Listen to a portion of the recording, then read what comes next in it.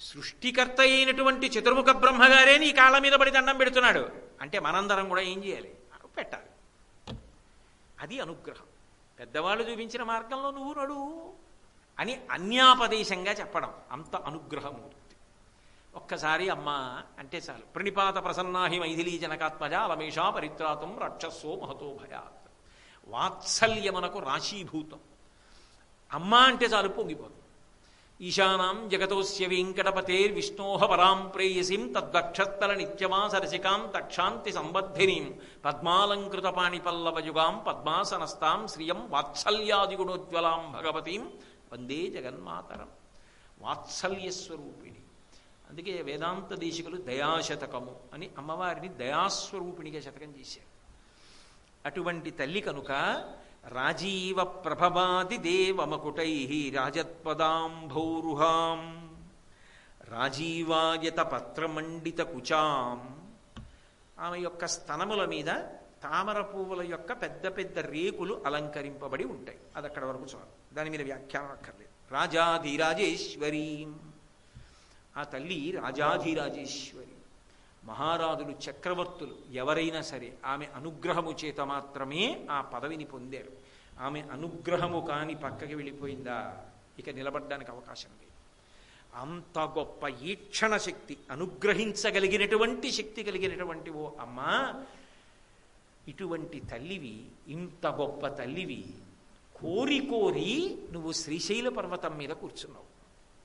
ఏం అదృష్టం అమ్మా! ఇటువంటి నిన్ను చూడాలన్న ఉత్సాహం నాకుండదా? రాజాధిరాజేశ్వరివి కదా. విచిత్రం ఏంటంటే శ్రీశైల క్షేత్రంలోనే రాజరాజేశ్వరుడు అన్న పేరుతో శివుడు ఉన్నాడు. అక్కడ ఉన్న ఉపాలయాల్లో అయ్యవారి ముందు త్రిఫల వృక్షము అని ఉంటుంది, దాని ఎదురుగుండా ఉంటుంది రాజరాజేశ్వర. రాజరాజేశ్వరి ఆవిడ. రాజరాజేశ్వరి అంటే ఎంత గొప్ప చక్రవర్తులు కానివ్వండి, వాళ్ళకి కూడా ఈశ్వరి ఆమెయే. ఆమె ఇవ్వాలనుకుందా? ఎందుకు ఇచ్చావమ్మా వాళ్ళకి అని అడిగే అధికారం ఆవిడకి లేదు. ఒకటి పాపమును తీసేసిందా? ఎలా తీసేసావమ్మా అని అడిగే అధికారం లేదు. ఆవిడ ఇవ్వాలనుకుందా కవనశక్తి? సరస్వతీ స్వరూపంగా అలా ఇచ్చేస్తుంది. ఆవిడే అన్నీ. ఆవిడ కానిది ఉండదు. బట్ట మార్చుకుంటుంది అంతే. నిజానికి మార్చుకోవాలని కూడా లేదు. ఓ తెల్లడి బట్ట కట్టు కూర్చుంది అనుకోండి, ఆవిడే సరస్వతి. అందుకే మూకశంకర్లు విమలపటి కమలకుటి పుస్తక రుద్రాక్ష శస్త హస్తపుటి కామాక్షి పక్ష్మలాక్షి కలిత విపంచి విభాసి వైరించి అంటారు. విరించి భార్య, వైరించి. సరస్వతీ స్వరూపంగా గొప్ప అనుగ్రహాన్ని, అటువంటి వాగ్ధాటిని, శరజ్యోత్సన శుద్ధాం శశియుత జటాజూటమకుటాం వరత్రాసత్రాణ స్ఫటిక గుటికా పుస్తకరాం సకుర్నత్వా నత్వా కథమివ సతాం సన్నిధదతే మధుక్షీరద్రాక్షా మధురి మధురీణా ఫణితయ. ఏదో మాట్లాడడం అంటే ఉబుసుపోని ప్రసంగం కాదు. మధుక్షీరద్రాక్ష. మధు అంటే తేనె. వేడి చేస్తే చలవ చేస్తుంది, చలవ చేస్తే వేడి చేస్తుంది. ఆఖరికి ఆ తేనెకి అమ్మమ్మకి కూడా గొప్ప అనుబంధం. ఎందుకని అంటే ఆడపిల్ల పురుటికి వచ్చినప్పుడు మొట్టమొదట తల్లి దగ్గరికి కదువు వస్తుంది. ఆ పసిపిల్లలు కొద్దిగా చిన్న ప్రాయం రాగానే తెల్లవారుజామున లేచి ఆడతారు. ఏమో ఆ దైవశక్తి. వాళ్ళు ఆ దీపం వంక చూసి, ఆ చిన్న దీపం వంక చూసి కాళ్ళు చేతులు ఇచ్చి పకపక నవ్వుతూ, ఆ బోసి నవ్వులు నవ్వుతూ ఆ దీపం చూసి ఆడుకుంటుంటే వాళ్ళకి ఎలా తెలుస్తుందో తెలియదు. అమ్మమ్మ తేనె పెట్టే సమయం అయింది, తెల్లవారుతోంది, అమ్మమ్మ తేనె పెడుతుందని. అమ్మమ్మ చెయ్యి కడుక్కొని వచ్చి ఆ తేనె సీసాలో వేలు ముంచి ఇలా నోట్లో రాసేటప్పటికి దాన్ని చప్పరించి ఇంకా పెట్టి అన్నట్టుగా అమ్మమ్మ వంక చూస్తారు. కొంచెం నోరు వచ్చింది అనుకోండి, ఏదో పెద్ద పని చేస్తారంటే అమ్మమ్మ తేనె, అమ్మమ్మ తేనె అంటూ వచ్చి నించుంటారు. అంటింటి ముందు ఇంతమంది యోగుల్ని చూసిన తల్లి ఎదురుగుండా ఉన్నారు. ఆవిడ ఎంతమంది పసిపిల్లల్ని చూశారో, ఎంతమందికి పురుళ్ళు పోశారో మహాతల్లి. కామాక్షి పరదేవత అలా అనుగ్రహించి వచ్చారు. కాబట్టి ఆ తల్లి తేనె, పసిపిల్లల దగ్గర నుంచి అనారోగ్యంగా ఉన్నవాడు కూడా తేనె తీసుకుంటాడు. దురదృష్టం మధుమేహం ఉంటేనే, లేకపోతే ఆ తేనె పుచ్చుకుంటారు. కాబట్టి ఆ తేనె ఏమివ్వదు. సరస్వతీదేవి అనుగ్రహానికి తేనె నైవేద్యం చేస్తారు. అమ్మవారికి అభిషేకం చేసే పదార్థాలలో అత్యంత శక్తివంతమైన పదార్థాలలో తేనె ఒకటి. తేనెతో అభిషేకం సుబ్రహ్మణ్యుడి విషయంలోనూ అమ్మవారి విషయంలోనూ అంత శక్తివంతం. తేనె ఎంత తీయగా ఉంటుందో అటువంటి మాటలు ఇస్తుంది. తేనె ఏదో తీయగా ఉండడమే కాదు, గొప్ప శక్తిని ఇస్తుంది, రోగములను హరిస్తుంది. మధు, క్షీర, పాలు, పసిపిల్లల దగ్గర నుంచి అన్నీ వదిలిపెట్టేసినటువంటి సన్యాసాశ్రమంలో ఉన్న పెద్దల వరకు తీసుకుంటారు. అది సమీకృత ఆహారం. అది జంతు శరీరం నుంచి వచ్చిన అపారమైనటువంటి సత్వగుణాన్ని ఇస్తుంది. పాలు ఎంత సమీకృత ఆహారమో అవతలవాడి మాటలు అంత దార్శనికములై నిలబడతాయి. అటువంటి మాటలు చెప్పగలిగిన శక్తిని ఇస్తుంది, అటువంటి ధారణాశక్తినిస్తుంది. ద్రాక్ష, లోకంలో ఒలిచిపెట్టమ్మా తింటాను అనరు ద్రాక్ష పండు ఎవరు. అరటిపండు అయినా ఓపిక లేదమ్మా కొంచెం ఒలిచి తెచ్చిపెడదు అంటారేమో కానీ ద్రాక్ష పండు ఒలిచి తెచ్చిపెట్టమంటారా? అందరూ. అందున మంచి వేసవి కాలంలో చల్లగా ఉన్న ద్రాక్ష పళ్ళు కడిగి ఓ గిన్నెలో వేసి తెచ్చిపెట్టారనుకోండి, నోట్లో పడేసుకొని నువ్వు పళ్ళు కూడా ఉండక్కర్లేదు.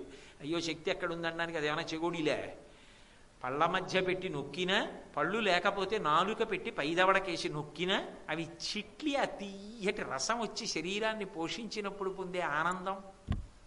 మధుక్షీర ద్రాక్ష మధురిమధురీణాహ పణితయ, అటువంటి వాక్కులు ఇస్తుంది శంకర భగవత్పాదుల వాక్కులు.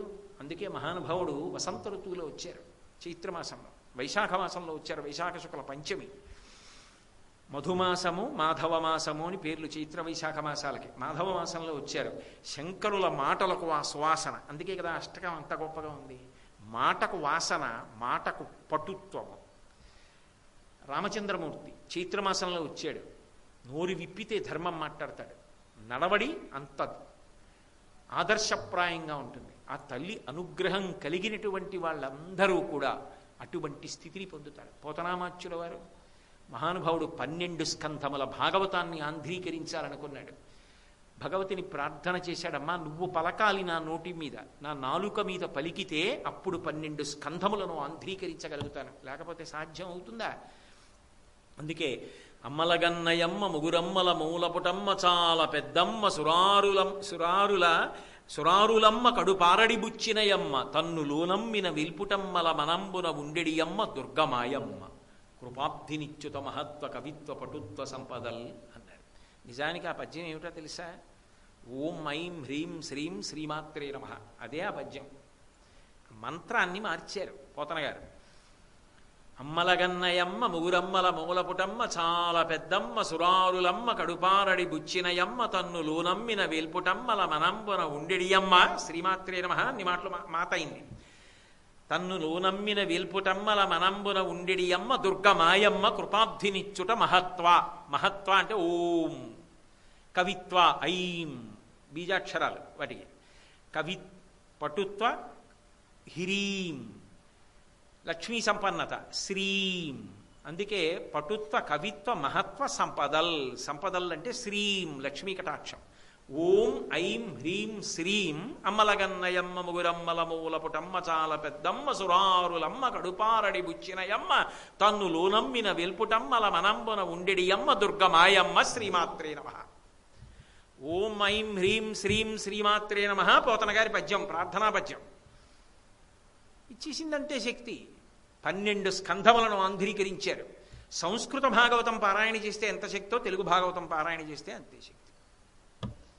అలా ఎలా ఇవ్వగలదండి? ఆ మాట అన్వయం అవ్వదు, ఆవిడ ఇచ్చేస్తుంది అంతే. ఎందుకు ఇవ్వగలదు? రాజాధీరాజేశ్వరీం శ్రీశైలస్థలవాసినీం భగవతీం శ్రీమాతరం భావయే. ఆ తల్లిని ఒకసారి చూడాలనుందా? శ్రీశైలం వెళ్ళు అన్నారా శంకరాచార్యులు వారు? శ్రీశైలంలో వచ్చి వెలిసి ఉన్నటువంటి తల్లిని ఒక్కసారి చూసి మనసులో తదనంతరం ఎప్పుడూ భావన చేస్తూ ఆ తల్లిని తలుచుకుంటూ ఉండు. ఈ అష్టకం చదువుకుంటూ ఉండు.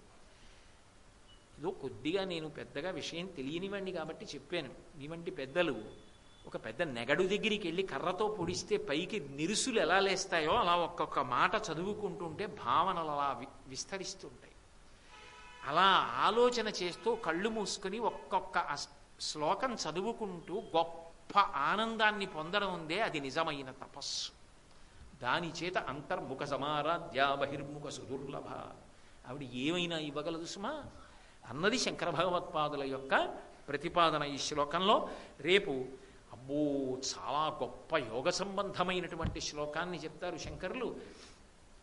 జీవితంలో అత్యవసరమైన విషయాలు, చాలా చాలా అవసరమైన విషయాలను ఎన్నిటినో ప్రతిపాదన చేస్తారు. షట్తారాంగణ దీపికాం అని మొదలుపెట్టి రేపు సాయంకాలం మళ్ళీ 7 గంటలకి కలుసుకున్నప్పుడు భగవతి నన్ను అనుగ్రహించి నా చేత ఆ శ్లోకం మీద పలికించుగాక అని జగదంబ పాదములు పట్టి ప్రార్థన చేస్తూ మంగళాశాసనపరై మదాచార్య పురోగమై సర్వైశ్చ పూర్వైరాచార్యై సత్కృతాయాస్తు మంగళం.